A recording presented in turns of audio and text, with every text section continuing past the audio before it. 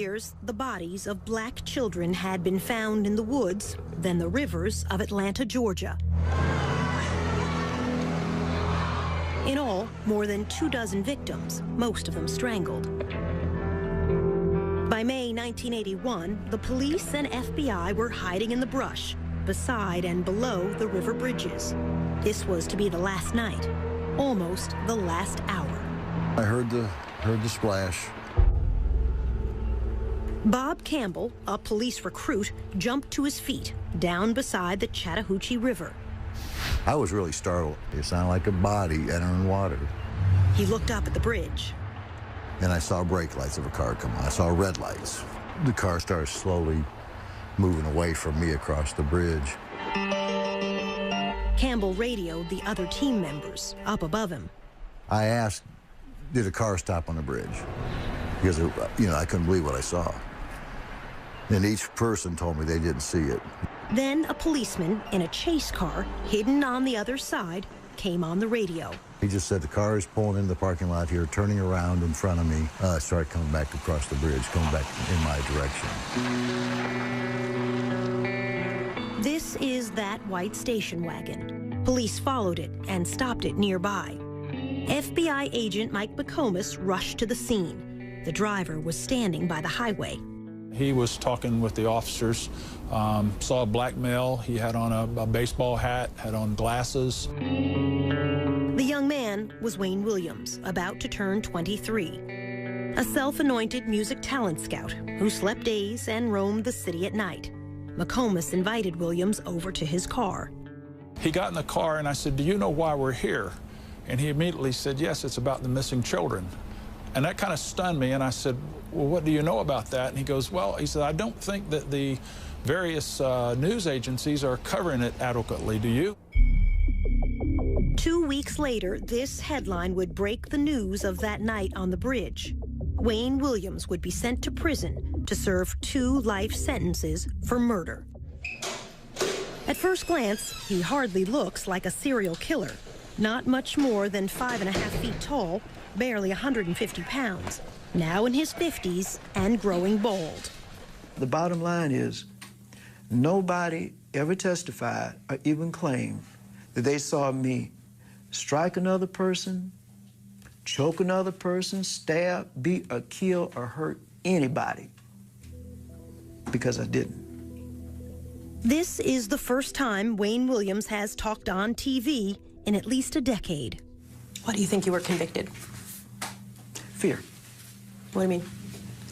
Atlanta at the time was in a panic. They wanted any suspect that they could find, and let's just be honest, it had to be a black person, because if it had been a white suspect, Atlanta probably would have gone up in flames. It came very close to that.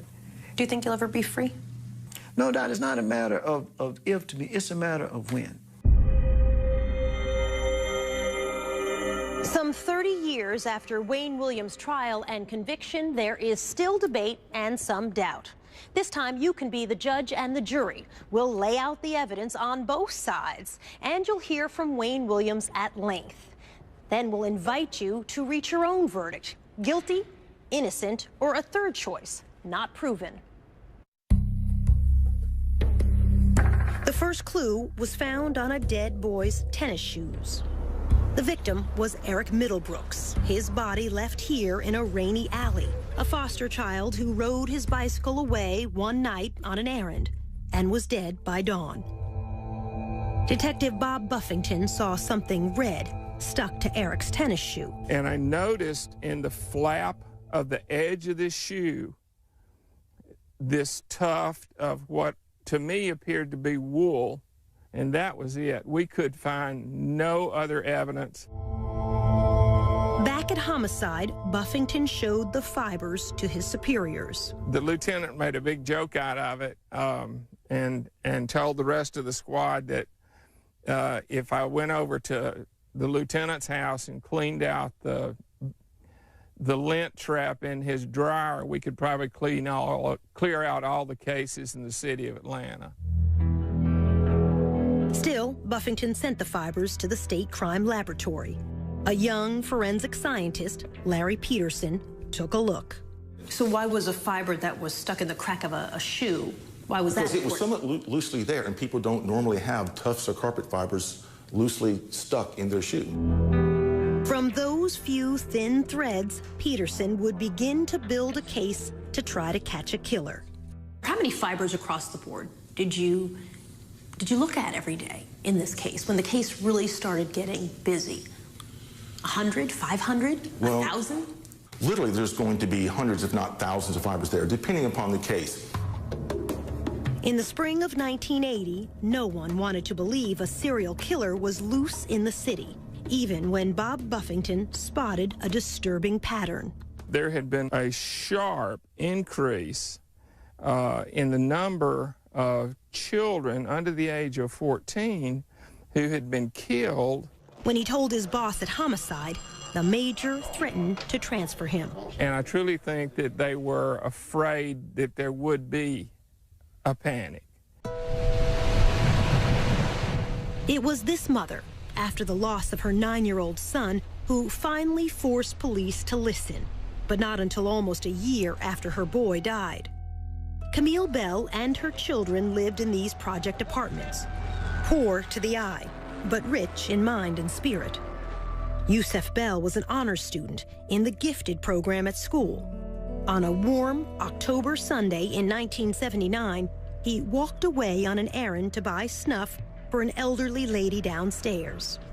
He went barefooted in a pair of brown shorts. He got to the store, he bought the snuff, he started back home.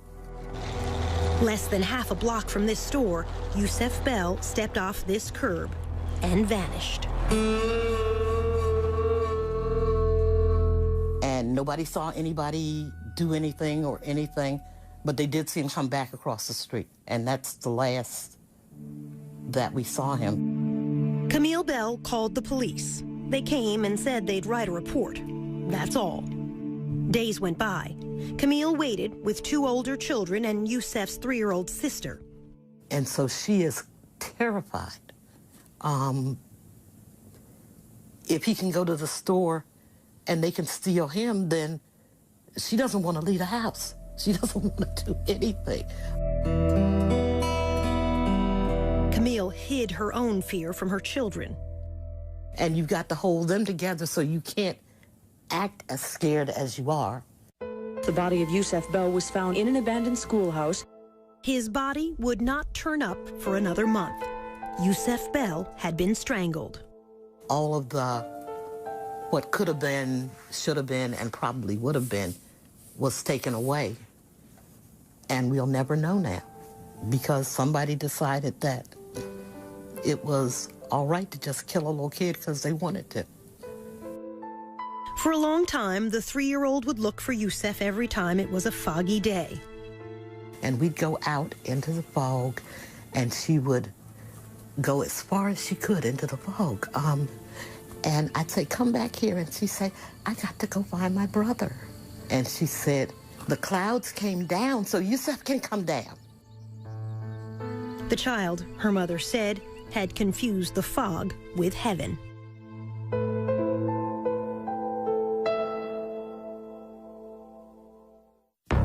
Still ahead, the boy who was too brave.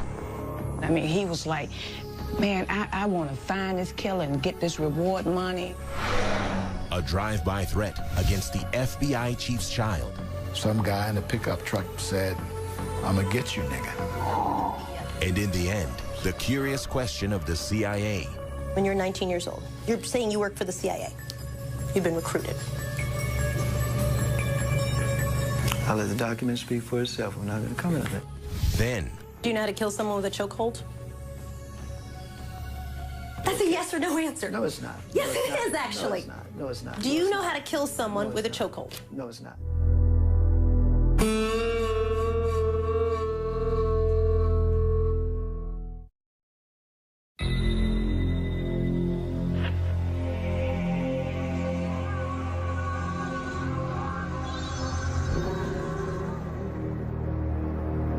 In the spring of 1980, police were still reluctant to listen to Camille Bell.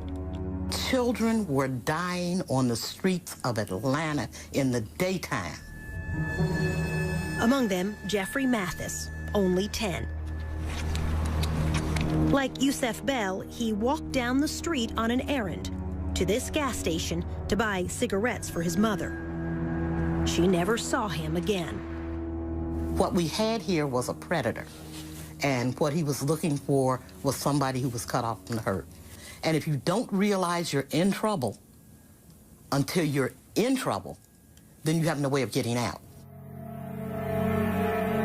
It would be another year before Jeffrey Mathis's body was found in a woods, miles from his home. His mother would join Camille Bell in forming a committee to confront the city's leaders.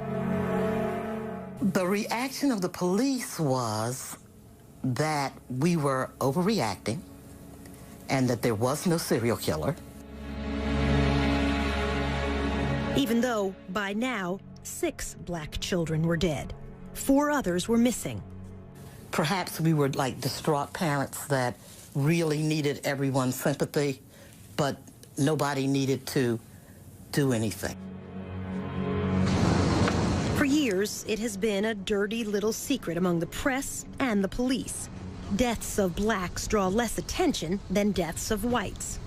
Nobody cared. So you could have several killings go on, and if the people were poor, then no one discovered there was a serial killing.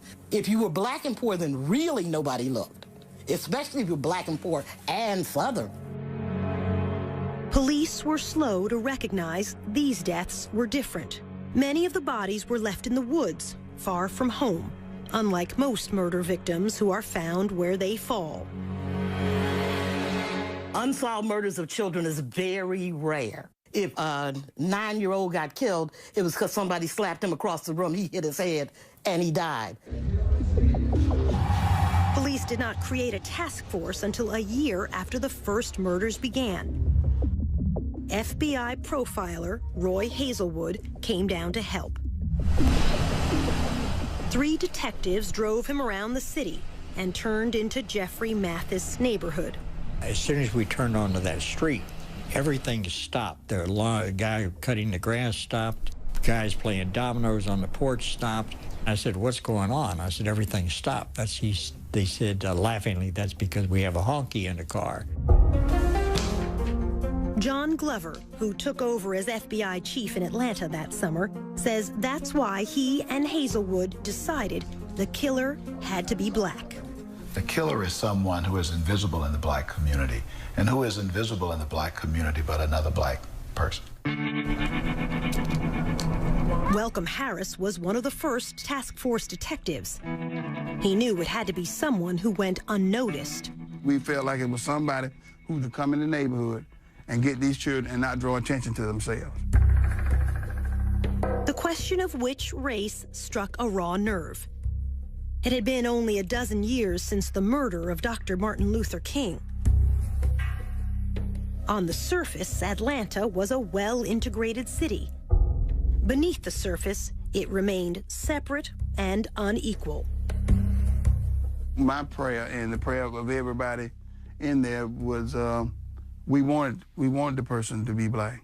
And the reason why you wanted to be black, I knew what it would do to this town if it had been a white person or somebody else of another race. In the black community in the early 80s, a black serial killer was unheard of. All the classic serial killers were white, never black. Doesn't mean it didn't have one there. Today, black serial killers are not rare. In 2009, here in Cleveland, as well as in Milwaukee and Los Angeles, each time the accused serial killer turned out to be African American. Dr. Eric Hickey is a psychologist who keeps track of serial killers. Overall, in my study, 1 out of every 5 serial killers is African American. In the past, since 1995, over 40% are African American.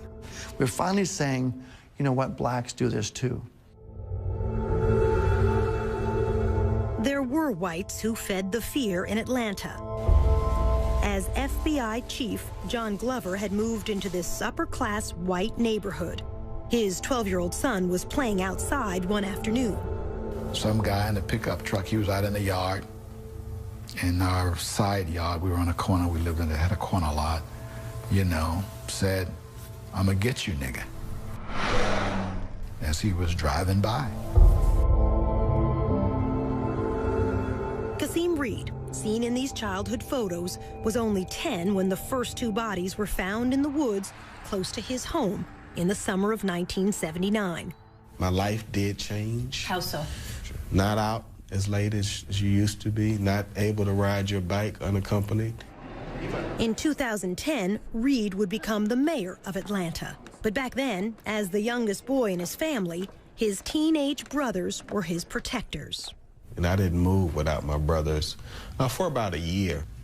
The bulk of the victims were boys like you. You're right. Your age. You're right. Black boys. Yes. Did you personally feel afraid? I can't honestly say that I really felt afraid, except for at moments. You would have a van slow down, and everybody was very mindful of vans at the time. People were suspicious of everybody, and they were afraid. And the children, you had children walking the street, car go by, you could see some of them were in fear. And for good reason. The murders were about to increase to a body almost every week.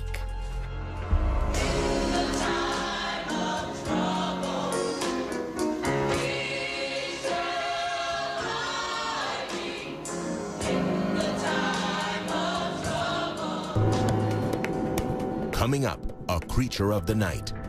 Being an ex-news reporter and all, you know, nighttime is me. That's the time I'm out most of the time. And a mystery within a mystery.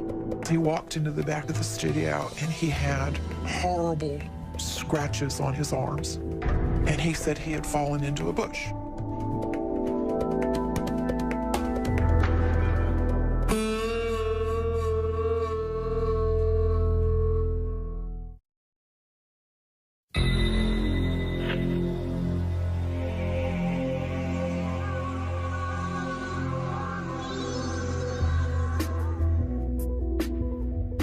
Many of the children who died were poor, who earned spending money carrying groceries, running errands for others.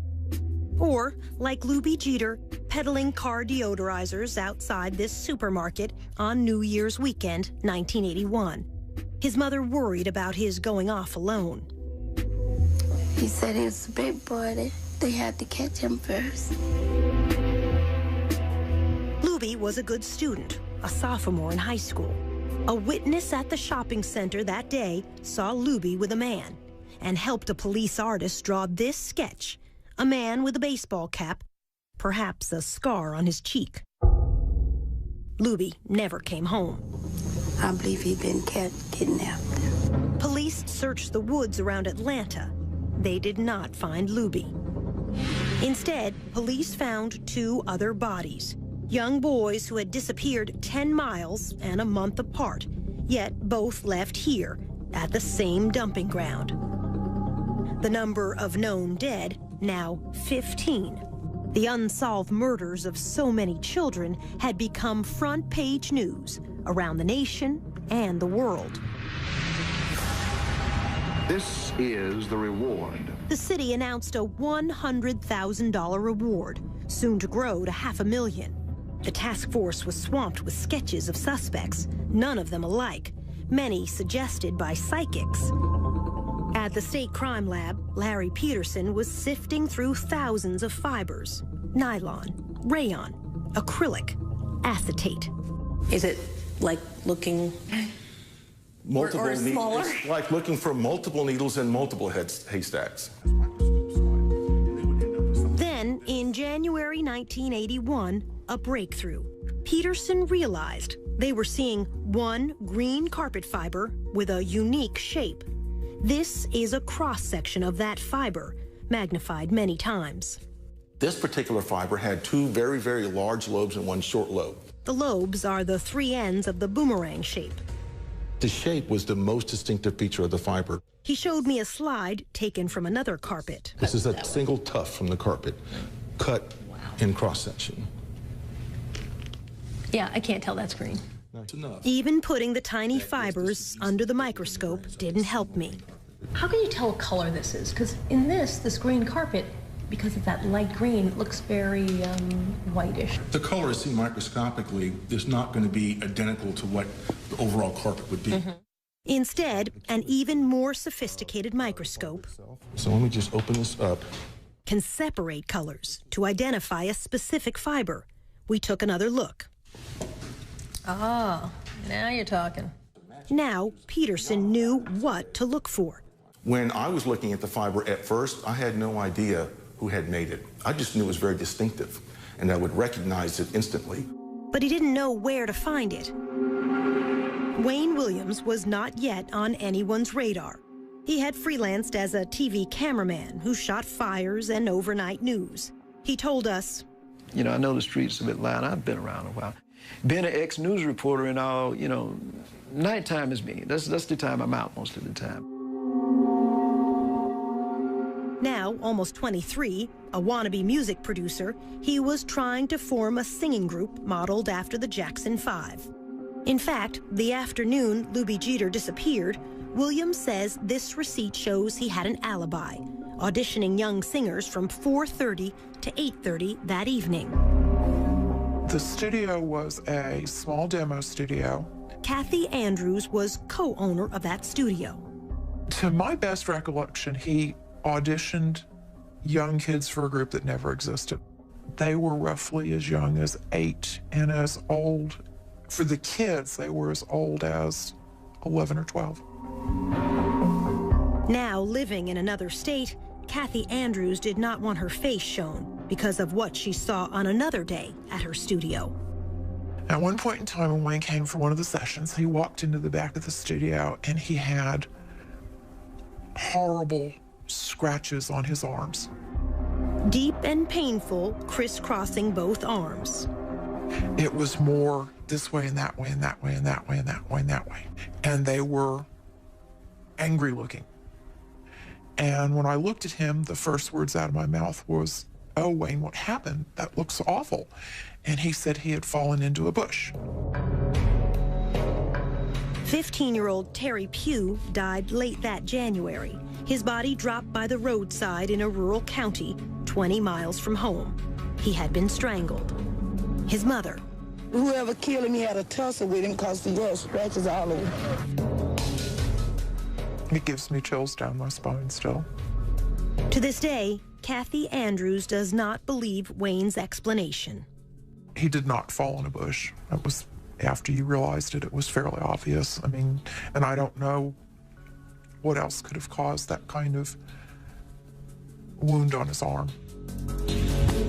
The intervals between murders were shrinking. 19 days from Lubie Jeter's disappearance until Terry Pugh's death. Then 15 days until the next victim. Soon 13, then 11. And before long, a body a week. FBI profiler Roy Hazelwood says this is not unusual for serial killers. They come to believe that they, in fact, are almost immune to mistakes, if you will, and they can take greater risks because it's more exciting, and because they're so superior, they don't have to worry about the inferior police catching them. After a month, Lubie Jeter's body would be found in the woods, the boy left naked except for scraps of underwear. The medical examiner would testify Jeter apparently had been killed by, quote, a chokehold around the neck, a forearm across the neck. It's a question we'll have reason to ask Wayne Williams by the end of all of this. It's actually a very simple question. Can you kill someone with a chokehold? And when you were 19 years old... You probably could under the right I know for a circumstances. fact I could not. When we return, the boy who wanted to catch a killer. The body was indeed another victim of Atlanta's child killer or killers. I just know right away it was his body. Oh my God, Mom. And later, a failed lie detector test. It surprised him that he didn't beat that polygraph test. He was convinced he could beat a polygraph test.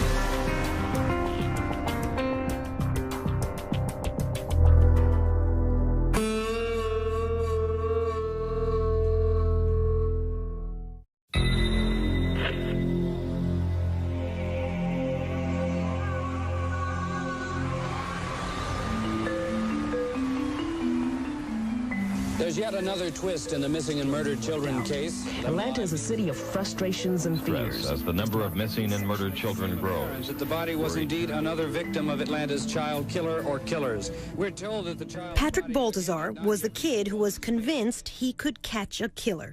He was like, man, I want to find this killer and get this reward money, and I'm going to buy my mom a house, and I'm going to do this, and I'm going to find this killer. His stepmother, Sheila Baltazar, was worried. For a 10, 11-year-old child to be talking like that, that was just like, wow, you know, where's his mind at? Patrick was a latchkey child, living unsupervised with an older brother in a project apartment near downtown. He was very streetwise. He stayed out late at night, often at the Omni Center, now the headquarters of CNN, but back then a hotel complex with an indoor skating rink and a game room for kids. And that's where he spent a lot of his time at the games arcade. Wayne Williams was known to frequent the Omni, passing out these flyers as a talent scout to offer auditions to boys from age 11 on up. 15 kids are dead. 2 others are officially missing and listed as part... By early February 1981, more than a dozen young African-American boys had been found dead, many dumped in the woods around Atlanta. I was very fearful. My God. Sheila Baltazar pleaded to send Patrick back home to the rest of his family in rural Louisiana. If I had somewhere to send my son, I would have sent my son. One evening, a white man in a big car appeared to threaten Patrick and a small friend. The little boy said that Patrick said, man, that might be the killer. Patrick used a payphone to call police. He told them, a man was chasing me and my friend in a brown Cadillac. Well, actually, they thought it was a crank phone call. They didn't send a car out. This is a sketch the other boy provided to police after Patrick was dead. 2 weeks later, on February 6th, Patrick stopped by the restaurant where his father worked to ask for money, then walked back toward the Omni. He never made it home that night. I'm like, he didn't come home? Oh, my God. That was the first thing popped in my head. Missing. Murdered. Oh, my God. The Atlanta Missing Persons Bureau continued their hunt for this missing child. 11-year-old... One day it seemed like it was a week. That was the longest search in the world. It was almost 2 p.m. when maintenance man Ishmael Strickland found the lifeless figure of a young black boy lying in some bushes. On the 7th day, a maintenance man spotted a body tossed down into the woods behind a parking lot at a suburban office complex. The bank was fairly steep. Medical examiner Joseph Burton had to hold on to a rope to get down to the scene. He had a ligature mark on his neck, like if somebody had a ligature and they were behind you or off to the side behind you and they close their hands or fists together and pull the ligature, basically. In other words, killed from behind. Most likely, yes. All right, let me place another sample on this side. State Crime Lab scientist Larry Peterson attended the autopsy. I can recall one autopsy pulling a fiber off of one of the victims. It was a green carpet fiber, and mounted the sample on the slide, went over and looked under the microscope and went, it's the same one. You knew right away. I knew right then. And it became apparent that the body was indeed another victim of Atlanta's child killer or killers. Again, local television carried these pictures live from the crime scene. As it was studied, it became apparent it was one of the 3 children listed as missing. We're told that the child's body, again, had not... Sheila Baltazar got a call from her mother. She say, they found another body. She say, I really feel like this is Patrick's body here, you know.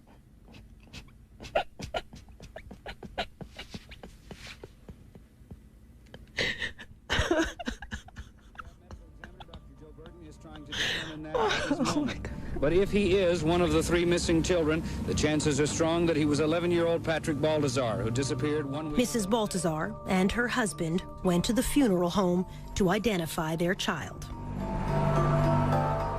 They told me he had struggled you know, for his life.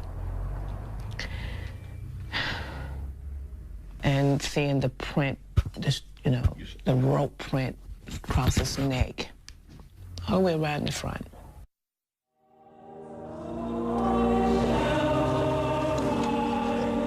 At Patrick Baltazar's funeral, she would insist on an open casket. I just wanted the world to see that this child could have been anybody's child.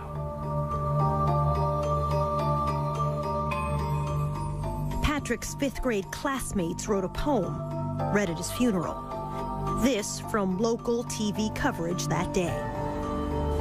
Patrick Balthazar, our schoolmate, you came to school, though sometimes late, but you were never mean to anyone. You tried to help people and thought it was fun. Then one night, one terrible night, you didn't come home, not even at daylight. Something's happened to that boy, the people said. Patrick is missing. Is Patrick dead?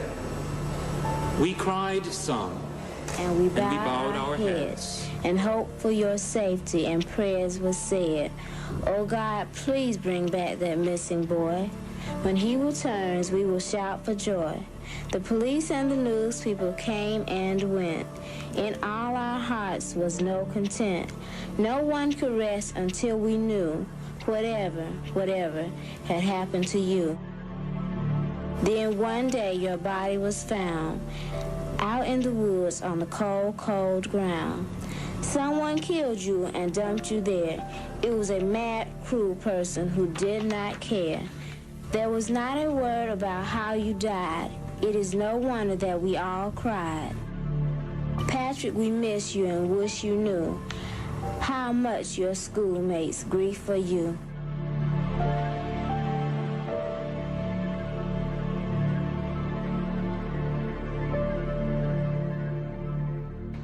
Just ahead, the Klan under suspicion. It was an entire family of brothers that were involved in the Klan.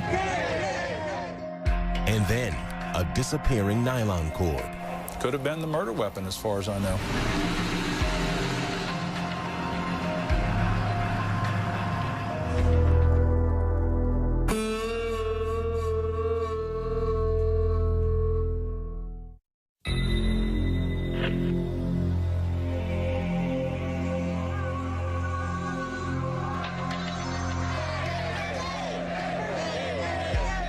In February 1981, a troublesome tip reached the police.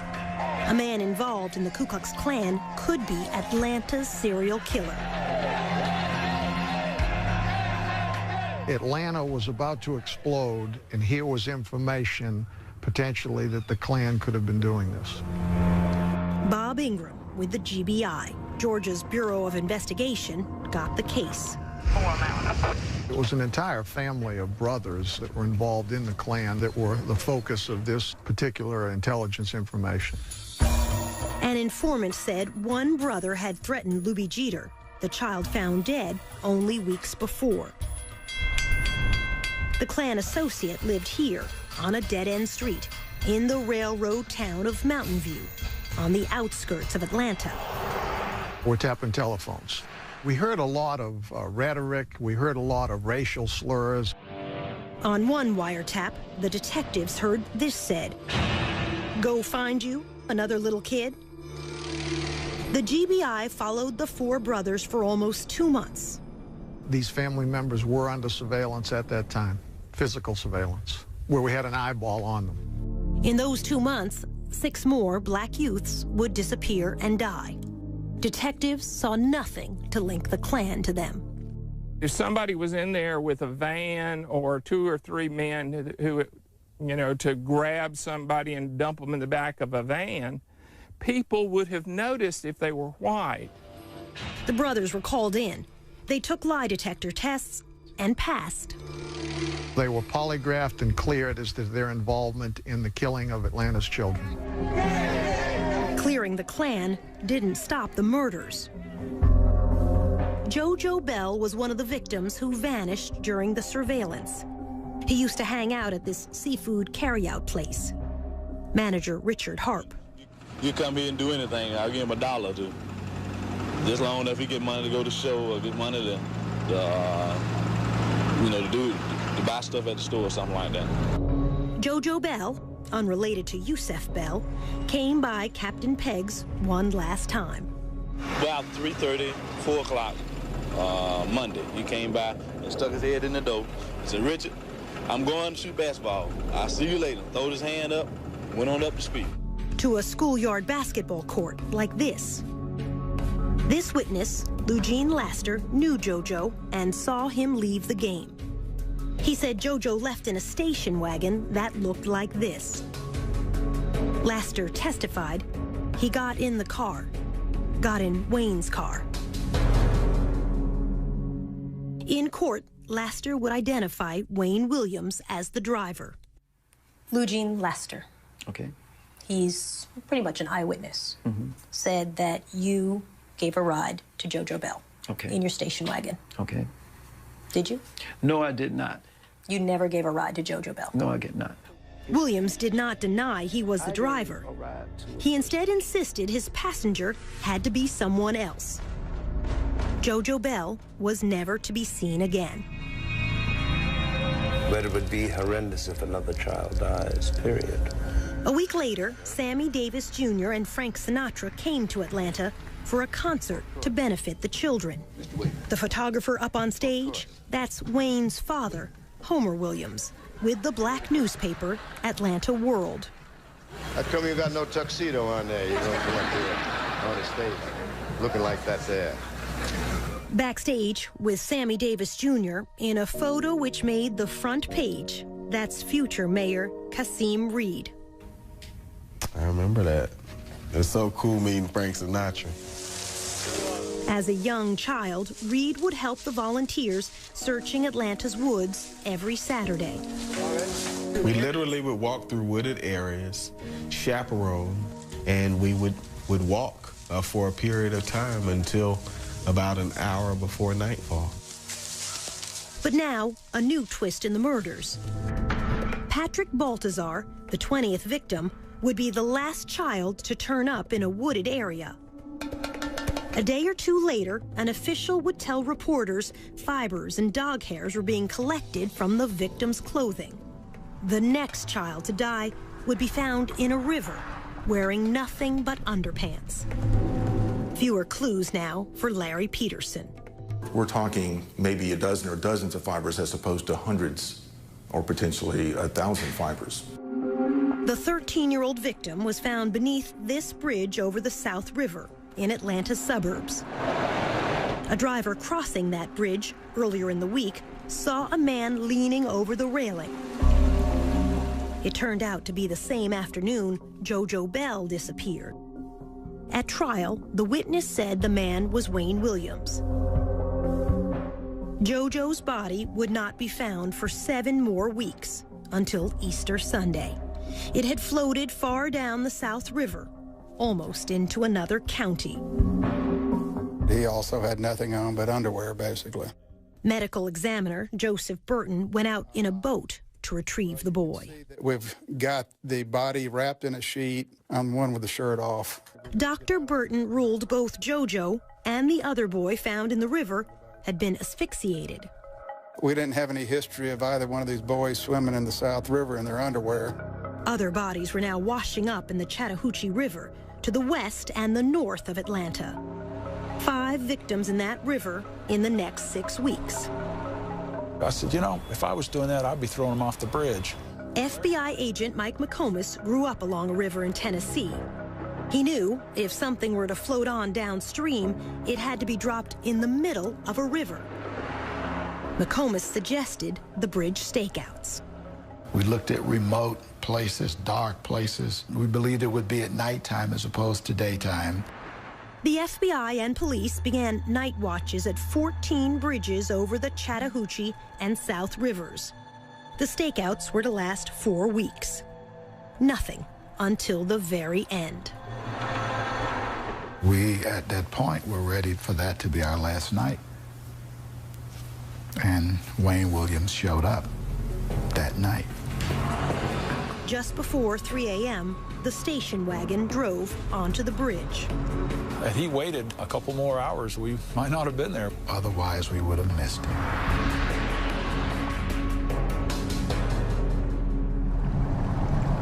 Next, the night on the bridge.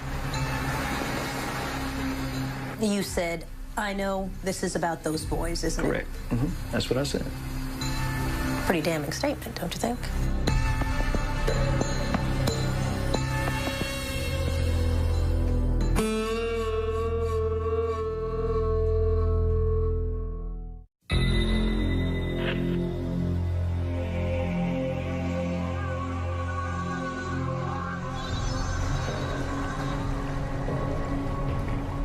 That night on the bridge, Wayne Williams says police made him the scapegoat because he was black. Soledad, when this case happened, if those police had arrested a white man, Atlanta would have erupted, as well as several major cities. You possibly would have had another race war. No, said the FBI chief. On the Atlanta Police Department side, they were looking for a white guy. So why would all of a sudden the black guy be considered a scapegoat? Williams disputes almost everything police witnesses said about that night. What happened that night on the bridge? Okay, in the first place, and I'm not being facetious, but nothing happened on the bridge. That's the whole misconception. As he tells it, there was no splash. He never stopped and didn't turn around. So you never stopped on the bridge? No, I didn't. You didn't throw trash? No. You didn't throw anything? No, I did not. You didn't throw a body? Definitely not a body, no. His story. I crossed the bridge. I turned off briefly after I crossed the bridge at what I called a liquor store. Williams said he pulled into the parking lot only to look up the phone number of a singer he was trying to locate at that hour. I turned back on the highway. I went to a Starving Marvin store. I used the telephone, and I came back. The call didn't go through. I got some recording, this number's not in service, and I said, well, this is a prank. This is the closest thing to an address he had for the singer he said was Cheryl Johnson. The FBI looked hard and could never find her. It says to me that Cheryl Johnson didn't exist and he made it up. Williams says only after that call from a gas station did he turn around to cross back over the bridge again. Police would stop him moments later. You said, I know this is about those boys, isn't it? Correct. Mm-hmm. That's what I said. Pretty damning statement, don't you think? No, I mean, the perception in Atlanta was, at the time, kids were missing, and I think, if I'm not mistaken, the perception was a lot of young males were missing, and that's what I asked myself, this is about those kids, the boys or something like that, isn't it? Remember what FBI agent Mike McComas said he saw when he got to the scene?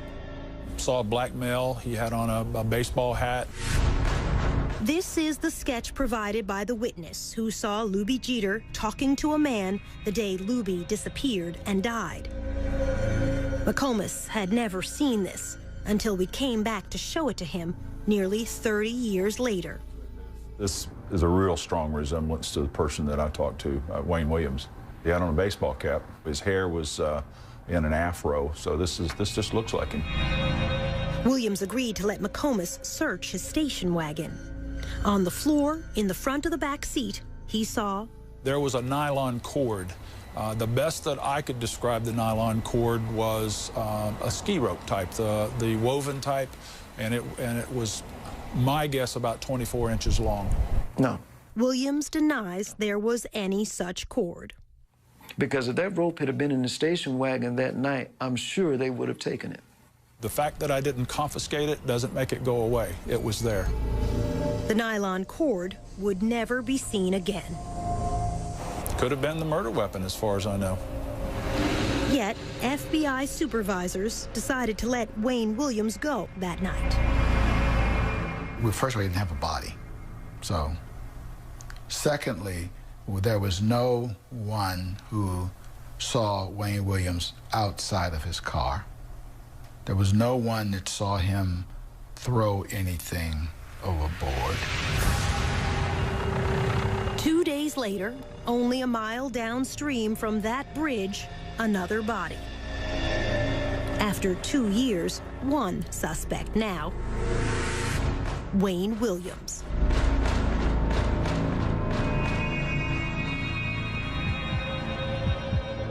When we come back, the lie detector test. It surprised him that he didn't beat that polygraph test. He was convinced he could beat a polygraph test. I said some reaction like, I'll be darned. You're the guy we've been looking for 2 years.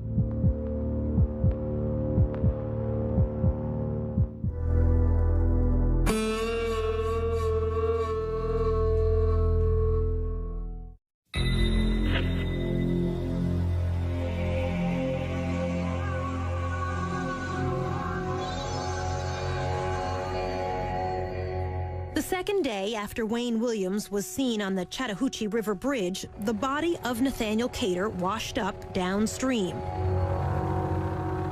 He was a down-on-his-luck drunk, 28 years old, but small, weighing under 150 pounds. Again, the medical examiner said Cater could have been killed, quote, with a chokehold, trapping the neck in the crook of the arm. His would be the last body found in the Atlanta murders, the 27th male victim. At Cater's funeral, Wayne Williams' father, Homer, took this photo for the Atlanta World newspaper. On June 3rd, the FBI brought Wayne in for a long night of questioning. Wayne agreed to a lie detector test. He was as composed and calm as you can get. You got 26 bodies out there in the woods and rivers, and he's just sitting there like total control. Richard Ratcliffe was the FBI polygraph examiner. I said, I don't care what you were doing on the bridge. I don't care what you threw in the river. If it wasn't a little boy's body, you did fine this test. He told Williams in advance what he would ask him. Did you kill Nathaniel Cater? Did you kill him that night that you were on the bridge? And did you throw Nathaniel Cater into the Chattahoochee River? And when I ran that test, it's like, wow, this is it. Wayne Williams flunked all 3 questions. Might as well, this test would reflect that you did kill Nathaniel Cater, and you threw his body, that was his body you threw off the bridge that night. The polygraph measures sweating, the heartbeat, blood pressure, all rise with tension. You breathe a little faster. You have a hard time getting your breath. You sweat a little more. He did all this. Wayne Williams took the test 3 times. He failed each time. I said some reaction like, I'll be darned. You're the guy we've been looking for 2 years. It surprised him that he didn't beat that polygraph test. He was convinced he could beat a polygraph test. He sat there and studied it, and he said, what's this question right here? And I said, that's pretty good. That's, did you cause the death of Nathaniel Cater? And then he said, what's this question? I said, well, did you throw his body into the Chattahoochee River that night?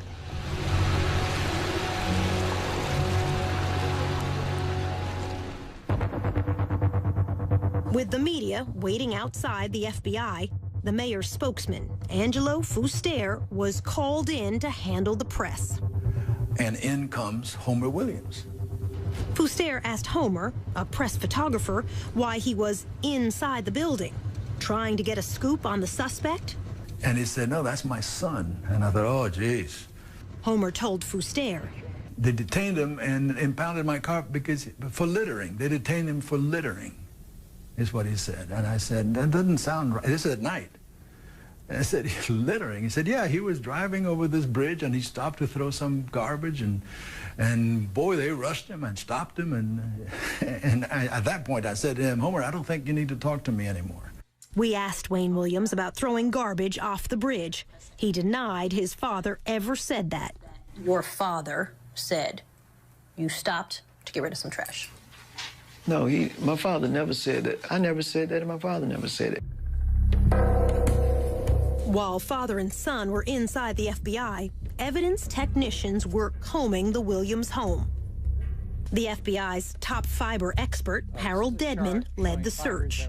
In Wayne's bedroom, he took clippings from a purple bedspread and from a yellow blanket. The yellow blanket was located under Wayne Williams' bed. On the floor, a green carpet. This is a blow-up of those carpet fibers. They're the only company to produce a fiber like this. But Larry Peterson was still in the dark.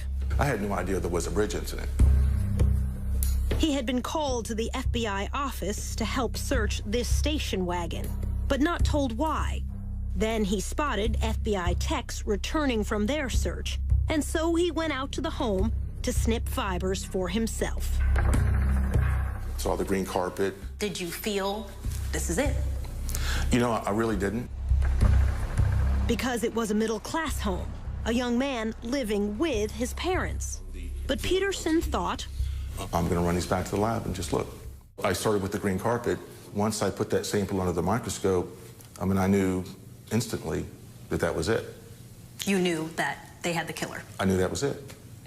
And I had made hundreds and hundreds of comparisons to carpeting and various suspects and environments before, and nothing was even close until that night. Did you stand up from your microscope and scream, "Hallelujah, we've caught the guy"? I literally did just want to say, oh my God. Still, Wayne Williams was allowed to go home that night.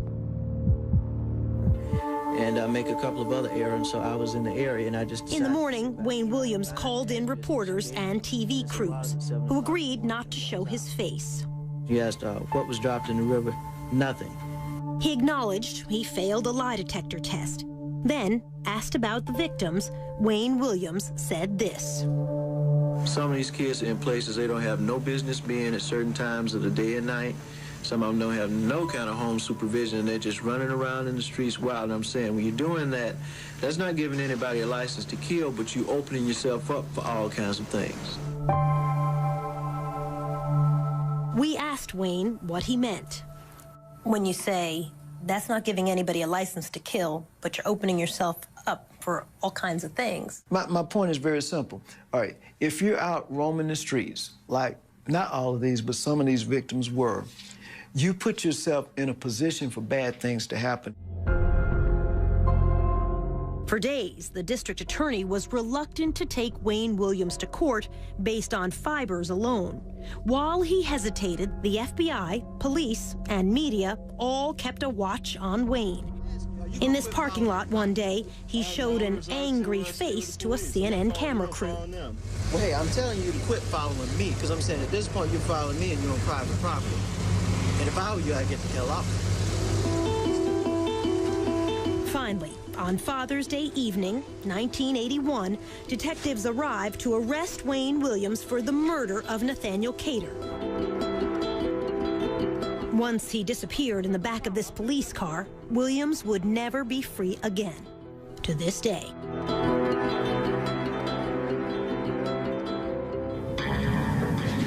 Ahead, the trial and a blow-up on the witness stand. I was probably my own worst enemy. I could see almost the shock in the jurors' faces. When he said, "You want the real Wayne Williams, you've got him," yeah, I think the jury understood that.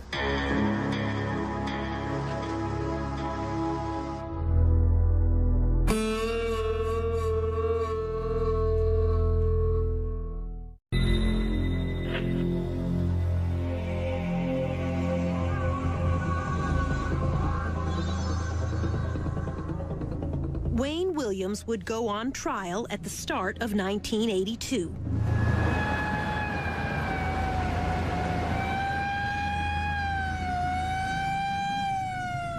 Testimony would last almost 2 months. It would be a trial like no other before. A case built on fibers, no fingerprints, no murder weapon, no apparent motive. Now remember, you're one of the jurors. 3 choices: guilty, innocent, or simply not proven. This time, the verdict's yours. Mary Welcome was Wayne Williams' defense attorney. Good morning. Good morning. How are you? This was her first murder trial. What was he like when you met him? A most unlikely killer. Yeah? Why? Because he just didn't appear to be the kind of person that could strangle anyone or have the strength to.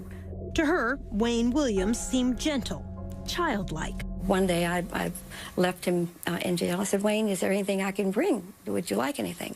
He said, would you bring me some bubble gum?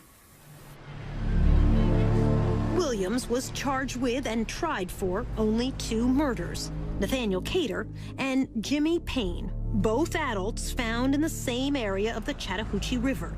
Cater's body was nude, but his hair was caked with mud. Digging through that silt, I was able to recover dog hair and fibers that were close to his scalp. The dog hair was consistent with Sheba, the Wayne Williams family dog.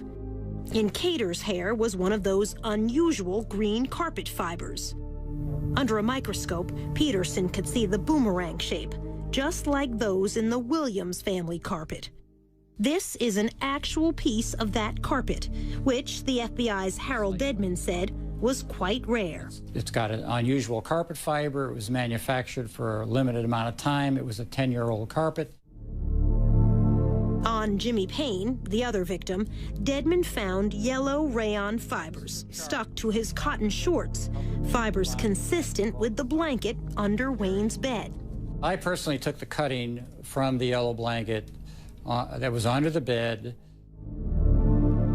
This evidence slide contains the yellow blanket fibers that Dedman clipped that night, magnified by our own video camera. But when Larry Peterson had returned that June for a second search a couple weeks later, There was no yellow blanket to be found that I could find. There are a lot of things in your case that disappeared. Mm-hmm. You had a lot of disappearances. Mm-hmm. Yellow blanket Yes. disappeared. In the first place, there was never a yellow blanket. There were fibers of a yellow blanket.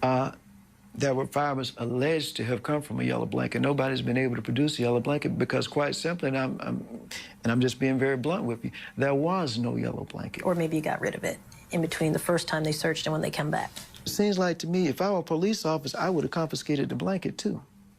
It doesn't make sense. the prosecution was allowed to bring in 10 other deaths. Among them, Patrick Baltazar, Eric Middlebrooks, JoJo Bell, to try to show a pattern. This is a chart showing fibers that were recovered from the body of Patrick Baltazar. Fibers consistent with that blanket, with Wayne Williams' bedspread, the green carpet, hair from Wayne's dog, plus a leather jacket. The jacket was, as I recall, was hanging in his closet. And, Dedman told the jury, 2 human hairs were found inside Patrick Baltazar's shirt. These 2 hairs were consistent with originating from Williams. Then there was Eric Middlebrooks, and the fibers stuck to his tennis shoe. This is a blow-up of those red fibers. The same kind were in a car Williams was driving that year. This puts Middlebrooks both in the interior and of the 79 Ford and the trunk of the 79 Ford. Did you ever meet any of the young men who were victims? No, I did not. Never met them once? No. Not once? No. It's incalculable, the odds that that they were not in contact with him in his environment. The fiber evidence is your biggest obstacle. That fiber evidence may well have been manipulated in this case, point blank and simple. Simply because they had a suspect, it was Wayne, and that manipulation, no doubt, has continued even after my trial and up until this point. There were just too many fibers placed on too many bodies. Mike Derham, in blue, seen here the night of the verdict, was one of the jurors. What would the chances be of finding the same, all of these fibers? The chances would be just astronomical. This witness, Robert Henry, did place Williams with the very last victim, Nathaniel Cater. Henry worked with Cater. He said he saw him leaving this theater with Wayne Williams on the night of the bridge incident. Henry has no doubt, even today, about what he saw. We were holding hands, you know, like male and female. Well, if you were holding hands with one of my co-workers and both of you are males, what am I supposed to do? Turn my head? What's up, people? The next time I saw him, he was in the courtroom. When Wayne Williams took the stand, he swore he never met Nathaniel Cater. On the evening Henry said he saw them, Wayne testified he was home. sick and asleep in bed. His mother and father, now deceased, backed him up. Homer Williams said he had the white station wagon until almost midnight. Under cross-examination, in his third day on the stand, Wayne Williams blew up at prosecutor Jack Mallard. That morning, he was a complete different person. Immediately, he started attacking. He came out of the chute like a bull. When he said, you want the real Wayne Williams, you've got him, I think all of us, the jury, understood that, yeah. I was probably my own worst enemy. I was an arrogant, bus-headed idiot at the time, and I played right into these people's hands. I could see almost the shock in the jurors' faces if they said, my God, is this the same Wayne that was up here yesterday? I could see that. Patrick Baltazar's stepmother was watching in court that day. I'm like, this man gotta be crazy. This man, I mean, it's like he's saying, you know, yeah, I killed him, but you better prove it. You know, can you prove it? He was doing everything he can to outsmart everybody. And it was like, I did it, but can you prove I did it? Camille Bell, Yusef's mother, believed Wayne to be innocent. She feels that last day on the witness stand convicted him. And then when he flared off, then they were ready to say, well, okay, so he does have fire. When you got angry with the prosecutor, you said, you're a drop shot. I called him a drop shot. What's a drop shot? What's that mean? Quite simply, in our vernacular, a drop shot is a guy who's not worth much of anything. You know, just drop him and shoot him and get him out of the way. In other words, you're useless. We reminded Wayne that he also called poor black children on the streets the same thing, drop shots. That does not make me a murderer simply because I said somebody is a drop shot or because I called him a drop shot. That does not make Wayne Williams a murderer because I say somebody is a street urchin. You know, come on, we're talking about murder. The fact is, I didn't kill anybody. The jury didn't come back until late the second evening. The verdict, guilty, on both counts of murdering the two adults, Cater and Payne. Wayne Williams was sentenced to serve 2 life terms. People only wanted to look at the negative side because they wanted in their heart for this case to be over and for Wayne to be the Atlanta monster. They wanted closure at any cost. Leaving court, Homer Williams walked by the prosecutor's table. He looked at us and called us sons of bitches. Still to come, no verdict in the deaths of any of the children. Even if it takes 30 trials, I don't care. You know, prove it.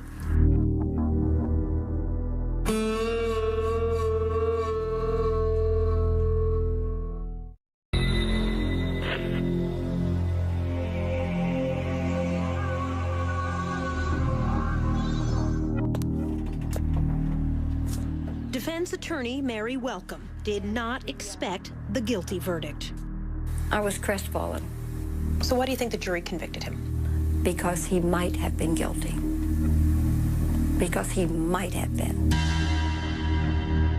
During the trial, medical examiner Robert Stivers told the jury there had been very few strangulations of black males in the years before these murders began, and none at all with bodies left in rivers or by the roadside since that night Wayne Williams was stopped leaving this bridge.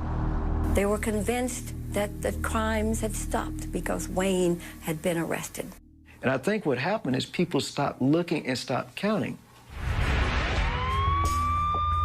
Murders have continued in Atlanta. Shootings of black men, stabbings of black women, but not strangulations like before. Not black youths dumped far from where they were killed. Detective Welcome Harris would stay on the police force another 25 years. We asked him how many more children were killed the way they were in the 80s. None that I can recall. None that I can recall. Wayne Williams' appeals would drag on for years. He almost won the first one.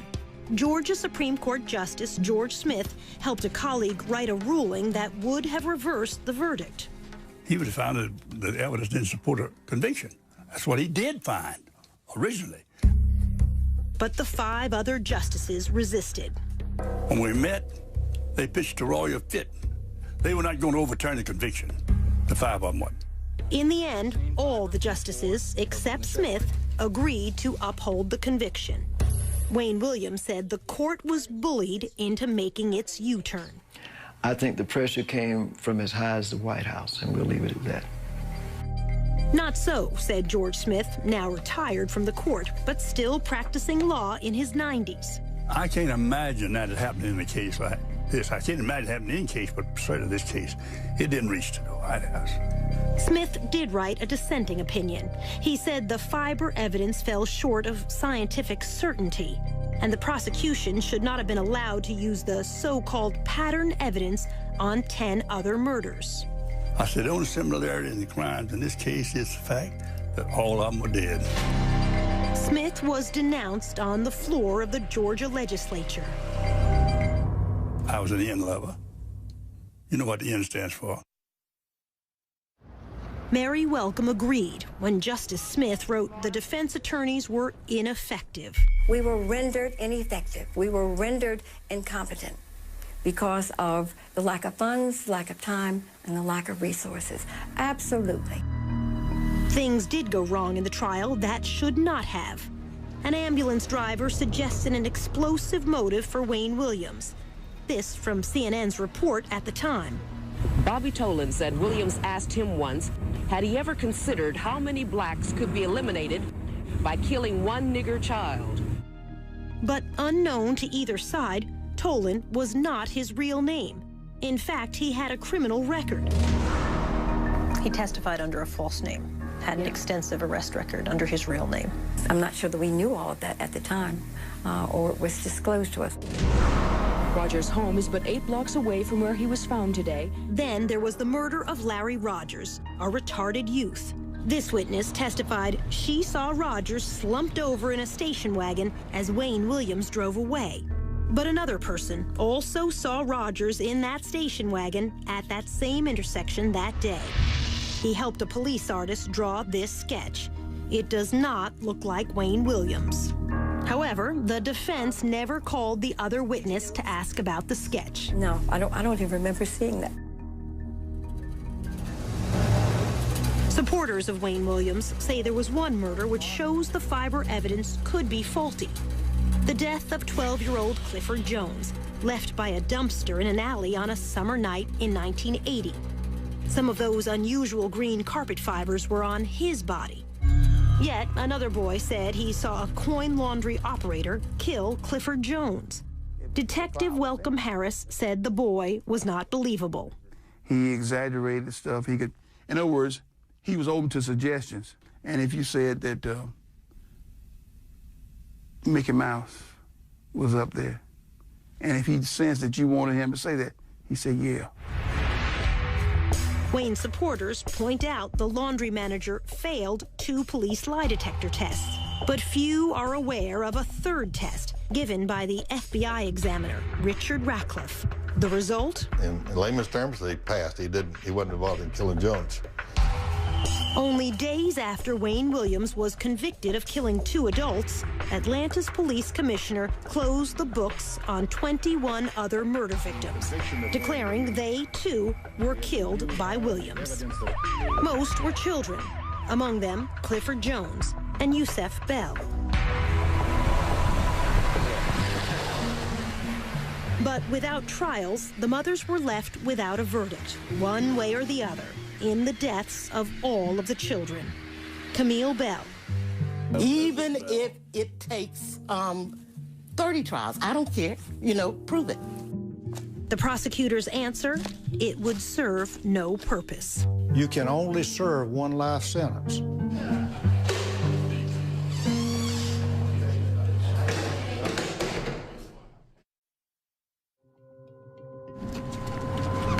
Just ahead, a new alibi that backfires.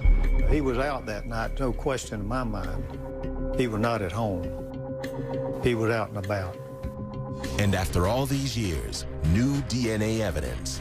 Then it probably would exclude 98% or so of the people in the world.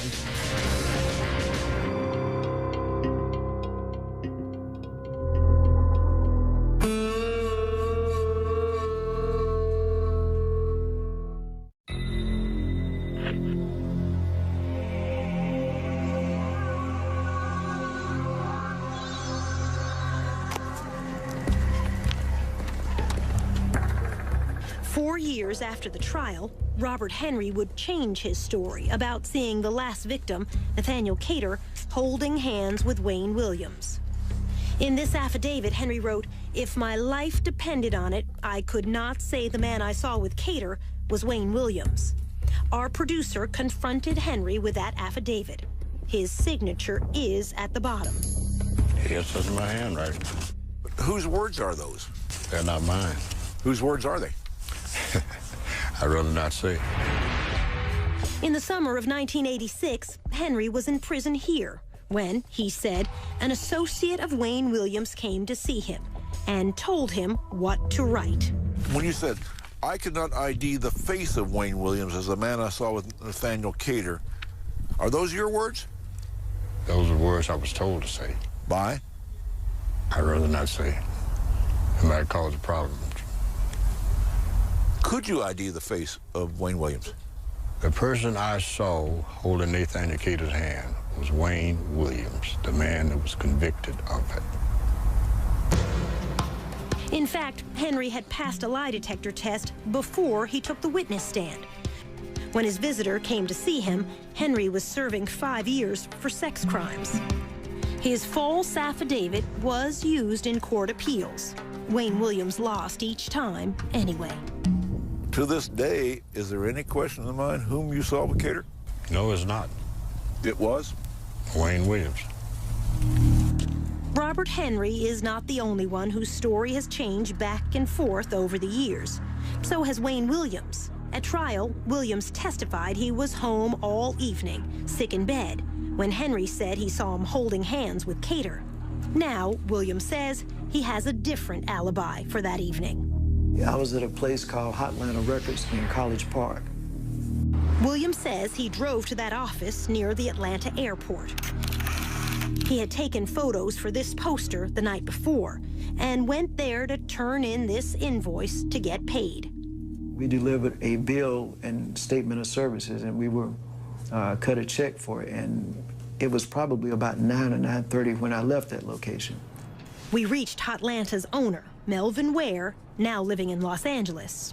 He called in advance, and when he came, I went back and wrote the check behind the desk. That's where our checkbook was. But he said Williams didn't stay that long, not as late as 9. It wasn't like 5 minutes or 10 minutes. We always spent maybe a half hour or something like that. How did Wayne get to the office? He drove. I think he had his dad's car, if I'm not mistaken. Wayne's father, Homer Williams, testified he had the station wagon until almost midnight that night. But Chet Detlinger, an investigator for the defense, said Wayne told him long ago this was a lie. All he told me was he had the car, his daddy didn't have the car. Wayne said, but I had the vehicle, and I didn't want to corrupt my dad's testimony in the eyes of the jury, so I lied about it and said I didn't have it on the stand. What makes this important is what time Robert Henry says he saw Wayne and Nathaniel Cater together. It was about 9:15 and 9:30. It was on Lucky and Forsyth Street, downtown Atlanta. So at the trial, you said that you were in bed till 10 p.m. All right. You were so sick, your mother said that she had to help lie your body out on the bed. You were so sick. This is where the confusion with all of us came in. I got back from Hotlanta Records, probably about 9:30. But there's no one to corroborate that, even if his mother were still alive. Wayne said she probably didn't see him come in. Prosecutor Jack Mallard. He was out that night, no question in my mind. He was not at home. He was out and about. Less than 6 hours after Henry said he saw Williams and Cater here, police heard a splash under this bridge. Cater's body washed up downstream 2 days later. 30 years ago, there was no DNA testing. Now there is, and so new evidence.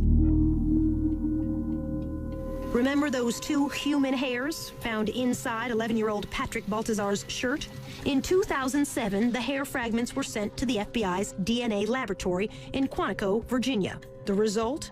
The lab said it found this DNA sequence in only 29 out of more than 1,100 samples of African-American hairs in its database, less than 3%. Most important, Wayne Williams' DNA had the same sequence. I don't think they said it was a match. I think they said they could not rule out whomever the hairs were from as being the possible donor. The FBI's Hal Dedman, a DNA expert, said this finding is as strong as it can get with this particular type of testing. Then it probably would exclude 98% or so of the people in the world. Did you kill 11-year-old Patrick Baltazar? I did not kill Patrick Baltazar or anybody else. Did you ever meet Patrick Baltazar? No, I did not. Never been in contact with that kid? I don't even know a Patrick Baltazar. We offered to show the DNA findings to the stepmother, Sheila Baltazar. I can't read it. Please don't make me read it.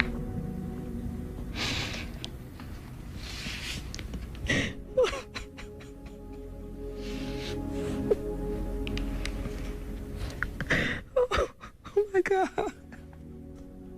So we told her what the FBI report said. Wayne Williams cannot be excluded as the source of those two hairs. She listened. Then this. Without a shadow of a doubt, I really in my heart believe that Wayne Williams killed Patrick Baltazar.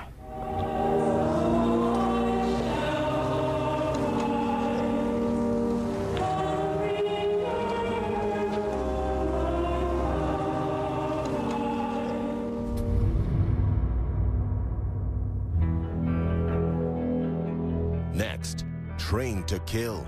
Were you trained in unarmed combat techniques? Could you grab somebody bigger than yourself, put them in a chokehold? I'm sure there are other things in unarmed combat besides putting somebody in a chokehold.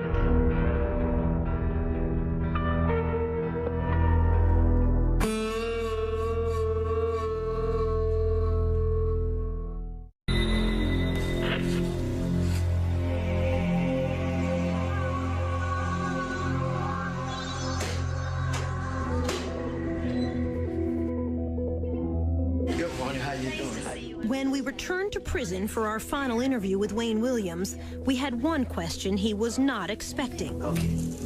What Wayne had written about being recruited for espionage training as a teenager. At a secret government camp hidden in the woods near this North Georgia lake, where he was given what could amount to a license to kill. It's called Finding Myself. What's Finding Myself? It reads like an autobiography. Go ahead, I'm still trying to see. It's a account of your CIA training. We're not going to get into that. Why not? We're not going to get into that. I got a copy of it. Yeah, but we're not going to get into that. Why not? We're just simply not going to get into that. By his account, Wayne was fresh out of high school, just 18 years old, when he was approached by an associate of an old World War II spy living in the Atlanta area and was initiated into a secret world. You're not going to answer a single question on this? No, ma'am. Is it fake? No. Is it fictional writing? No. Did you work for the CIA? We're not going to get into that. In these pages, he said he spent his summer weekends in those woods, learning how to handle plastic explosives, hand grenades, and something even more chilling. So, I'll do the talking part, and you can answer what part of it you want. You write how you fired rifles, submachine guns, handled assault weapons, grenade launchers, C4, learned unarmed combat techniques through this training group over weekends. Is it true or is it false? We're not going to comment on that. When you're 19 years old, you're saying you work for the CIA. You've been recruited. I'll let the document speak for itself. I'm not going to comment on that. Did you work for the CIA? I cannot comment on that. Copyright 1992 by Wayne Williams. Is this an autobiography? I cannot comment on that. In his own words, Wayne Williams said this was part of a secret plan to send young black agents into the worst trouble spots in Africa in the late 1970s. He wrote that he finished training, then withdrew from the program. Either this is a true story and you have been trained in evasive tactics, filtration techniques, weapons use, unarmed combat techniques, which would include a deadly chokehold, or it's made up. Let me ask one question. Where did you obtain that? I can't tell you that. No, there we go. You're a newsman. You know the answer to that question before you asked it. Okay. All right. I will say Is it true? I mean, it's got your name on it. I will say this. Were you trained in unarmed combat techniques? Could you grab somebody bigger than yourself, put them in a chokehold? Because that's what that is. I'm sure there are other things in unarmed combat besides putting somebody in a chokehold. But when I talk to the military experts and I say to them, what exactly does that mean? That's one of the things on their list. Top 2 things, by the way. I wouldn't doubt that. So, are you trained in that or not? Let me say this. I'm asking such straightforward questions. I understand that. But again, I ask you to understand my position on this. Let's say that were true, that were the case, or let's just say that I had some experiences that I do not want to comment on today for reasons that the document says, okay? The fact is, what does that have to do with the situation today? Everything. You tell me. It has everything to do with it. Listen. A big part of the conversation when I talked to your lawyers was, could Wayne Williams grab somebody? Did he have the strength? Look how, he's not a big guy. Could he grab someone in a unarmed combat technique and kill them? And your attorneys would say to me, you met him, he's not a big guy. So if you're telling me that, yes, in fact, I was trained by the CIA, which is basically what this document says in a nutshell, on the weekends when I was a teenager, and I am trained in the chokehold technique. That's one thing. If you're telling me that, no, that never happened, but you're writing a long fantasy about being trained for the CIA in weaponry and the chokehold technique, that takes it a whole other direction. Remember, doctors said at least 2 of the victims, and perhaps more, were probably killed by chokeholds. Do you know how to kill someone with a chokehold? That's a straightforward question, isn't it? Because I can answer that. My answer would be no, sir, I do not know. Do you know how to answer? What's your answer to that? Let me say something about that. That's a yes or no answer. No, it's not. Yes, it is, actually. No, it's not. Not until the very end of our prison interview did we come close to a real answer. It's actually a very simple question. Can you kill someone with a chokehold? And when you were 19 years old... You probably could under the right circumstances. I know for a fact I could not. I know you're being facetious, but I know for a fact I could not. You don't know. But were you trained as a teenager to do that? Because that's what you're writing in this. And I get CIA, you don't want to talk about it. It's all off the record. Let me state this for the record. Okay. I think in the paper that you have, and I will say this, that it says that there was contact with a certain program.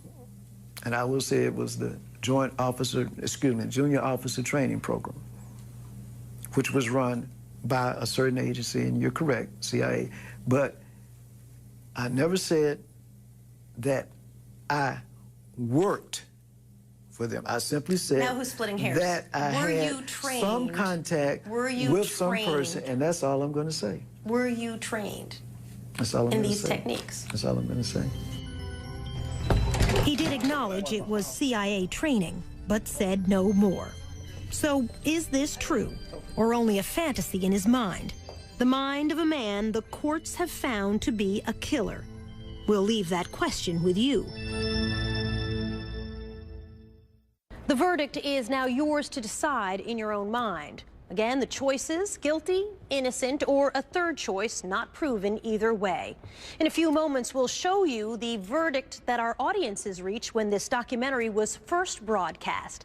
But before then, a look at some of the answers from those who lived through the terror 30 years ago. The prosecutor. Obviously guilty. The defense attorney. Not proven. One way or the other. The FBI agent in charge. Guilty of 2 double homicide.